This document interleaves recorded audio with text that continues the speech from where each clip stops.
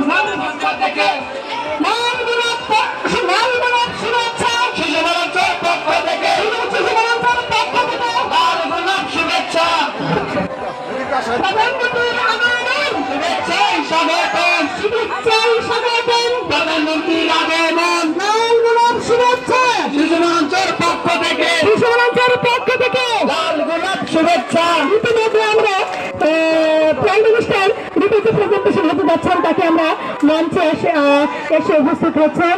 উনি আমাদের প্রিয় দেশবাসীকে মনে হয় বরণ করে নিচ্ছেন। এবার আমি বলবো যে মাননীয় প্রাইম মিনিস্টার তাকে তার মূল্যবান বক্তব্য দেওয়ার জন্য দেশবাসীর উদ্দেশ্যে কিছু বলার জন্য আমি আহ্বান জানাচ্ছি এবং কি মাঠ পৃষ্ঠে তাকে হাতে নেওয়ার জন্য অনুরোধ জানাচ্ছি। প্রিয় দেশবাসী, আসসালামু আলাইকুম। আমি আমার নিজের জন্য রাজনীতি করি না, রাজনীতি করি এ দেশের জন্য, এদেশের মানুষের জন্য। আমার ব্যক্তিগত কোনো চাওয়া পাওয়া নেই।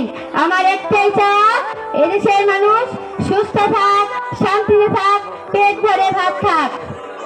আমি করোনা ভাইরাস নিধন করে বাংলাদেশের মানুষকে মৃত্যুর হাত থেকে রক্ষা করেছি। আমি স্বপ্নের পথে যেতে করেছি। জাতির পিতা বঙ্গবন্ধুর একটা স্বপ্ন ছিল সোনার বাংলাদেশ গড়ে তোলার। তাই আমি কাজ করে যাচ্ছি। তাই আমি আপনাদের সহযোগিতা চাই। আপনাদের সহযোগিতা পেলে বাংলাদেশ হবে ক্ষুধামুক্ত, দারিদ্র মুক্ত, সোনার বাংলাদেশ ইনশাল্লাহ। জয় বাংলা, জয় বঙ্গবন্ধু, বাংলাদেশ যুগাযুগ হোক।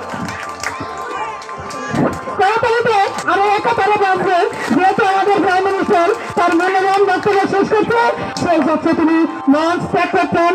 প্রধানমন্ত্রীর আগমন শুভেচ্ছায় স্বাগতম, মন্ত্রীর আগমন লাল গোলাপ শুভেচ্ছা শিশু মঞ্চের পক্ষ থেকে লাল গোলাপ শুভেচ্ছা। হ্যাঁ, ইতিমধ্যে